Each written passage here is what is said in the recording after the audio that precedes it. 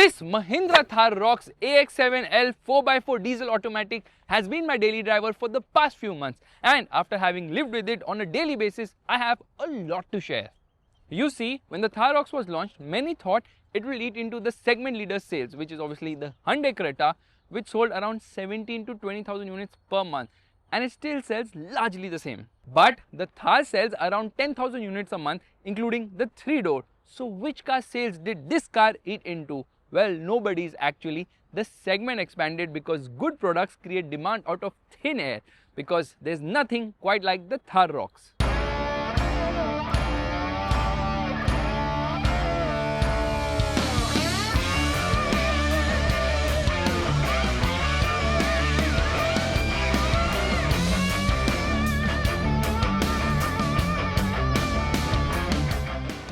But this Wrangler replica does have its fair share of issues. First is the name. Roxx, like really? Thar 5-door or Thar Armada would be so much better. Then is the design. While I love how it looks at the front, the side and rear design isn't to my liking, because at the side, this area doesn't look nice and could have been styled better. While at the rear, in spite of the wider track, it doesn't give the car the wide look which the 3-door Thar has. I also don't like the design of the alloy wheels. The 3-door Thar, 700 and Scorpio N have such great looking alloy wheels. While Mahindra has loaded this car to the brim, some basic things are missing, like an adjustable rear center headrest and keyless entry, which is there on John Ibrahim's Thar Roxx. And while this is a very practical car, it's not as practical as its monocoque rivals, with the rear door pockets being useless, while the front ones are so small that you have to literally squeeze a 1-liter bottle inside. The glove box is small and there is no space to keep your phone in the 4-wheel drive variants because of the 4-wheel drive lever, and the boot opening mechanism is just cumbersome. It's not side hinged or top opening, it's both.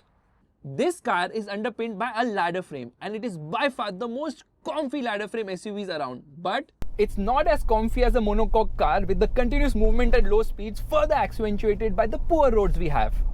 And because it's a ladder frame with high ground clearance, getting in and out for old people isn't easy, and once seated inside, the small rear windows make them feel claustrophobic too. Good thing is the panoramic sunroof, which is huge, but just like the Tata Sierra, it starts a bit too behind and doesn't give the sky view to the front occupants. And while I absolutely love the design of the dashboard, I still don't understand why Mahindra has used beige in the interior, because multiple places across the cabin have become dirty.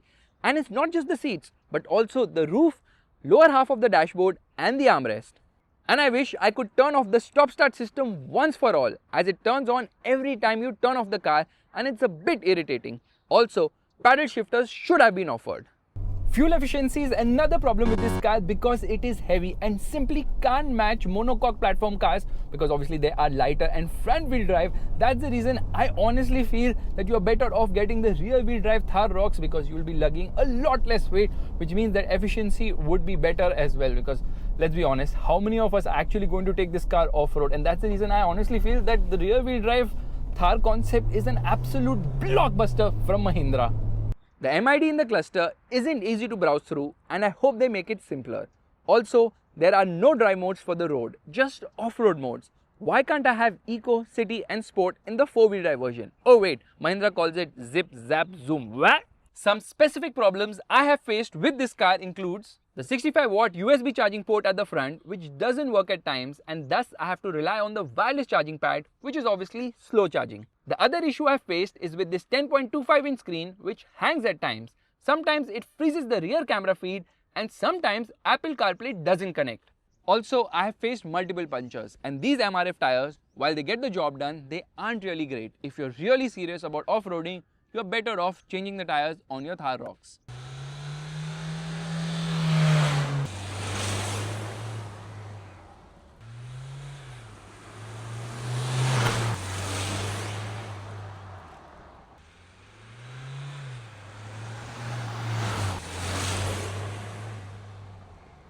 But these issues aside, I have absolutely loved my time with the Thar Roxx, and here is what I really like about this SUV. In a sea of jacked up hatchbacks pretending to be SUVs, the Thar Roxx is a real SUV which is very capable off the road. It has got the hardware like a low range transfer case, in tele-turn assist and the game-changing electronic locking differential, because that makes off-roading super effortless. In fact, you could easily be driving this car on 3 wheels. And in spite of being super capable and rugged, the Thar Roxx is unbelievably easy to drive. Look at this, the steering is super light that I can twirl it from lock to lock with just one hand. It's that easy. Yeah, this is absolutely crazy because this car has an EPS, electronic power steering, and not a hydraulic one like the 3-door Thar. Insane. Okay, let me try and do it with my little finger. That's how easy it is. It's unbelievably light. That's crazy, yeah, for something this heavy and this manly and bulky as well. Impressed. Woohoo! The interior is quite thoughtfully designed because there are plenty of physical buttons, so you aren't reliant on the touchscreen. Now that's how it's done. Learn Tata, Hyundai and Kia. And to open the sunroof's blind, you have 2 dedicated buttons. Many cars have blind view monitors, with Hyundai, Kia and Tata cars being other mass market cars offering this feature, which overlaps on the meters, the speedometer or the tachometer, depending on which indicator you give. Meanwhile, Mahindra put their blind view monitor in the center, so I can still see the meters. Neat. This car has some really cool Easter eggs all around. They look very cool and are easily noticeable too. The rear doors, they open 90 degrees, which is useful for me to say, take that Tata Altros, you ain't the only one. But the biggest reason why I would buy the Thar Roxx over any other car at this price point is the driving feel. Firstly, you are seated really high up. You get a good view of what's around. You can see the complete bonnet while driving. This windscreen is a bit upright, which leads to some amount of wind noise creeping in at higher speeds because obviously wind hits it directly. So some sound around the A-pillar area. Otherwise, insulation levels are very impressive here because wind, tire and road noise is very well contained. When compared to the 3-door Thar, this is like a complete revolution here. So in terms of ride, you can feel that it definitely settles as you speed up. Low speed ride is not the best, but it is the all-conquering ride of a ladder frame, which means that even the biggest of potholes, it gobbles it up in its stride without any hesitation whatsoever.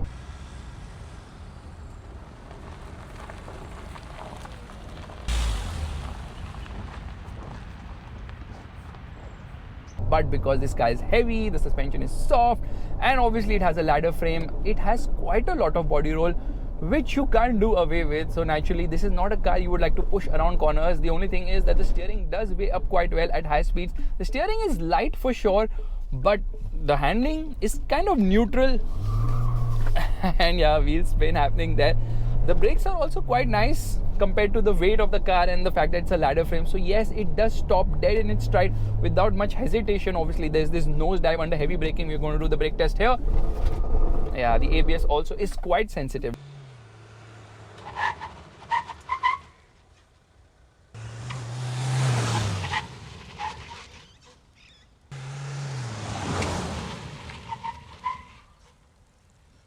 Left foot on the brake, right foot on the accelerator, revving the motor, hazard lights off, and off we go.